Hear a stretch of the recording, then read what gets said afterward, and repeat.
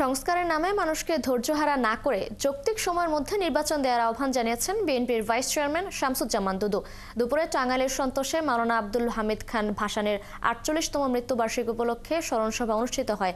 এ সময় বিএনপির vice chairman Shamsuzzaman দুদু বলেন, একজন মাওলানা ভাসানীর জন্ম না হলে বাংলাদেশ হতো কিনা সন্দেহ আছে।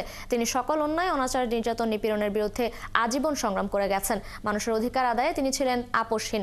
এছাড়া নির্বাচন প্রসঙ্গে দুদু বলেন, অন্তর্বর্তী সরকারকে বিএনপি সমর্থন দিয়েছে, তবে প্রয়োজনীয় সংস্কার কাজ শেষ করে যৌক্তিক সময়ের মধ্যে নির্বাচনের আয়োজন করতে হবে। জনগণের ভোটে নির্বাচিতদের হাতে ক্ষমতা হস্তান্তরের দাবিও জানান তিনি। এর আগে ভাসানীর কবরে ফুলের শ্রদ্ধা জানিয়ে দোয়া ও মোনাজাত করেন।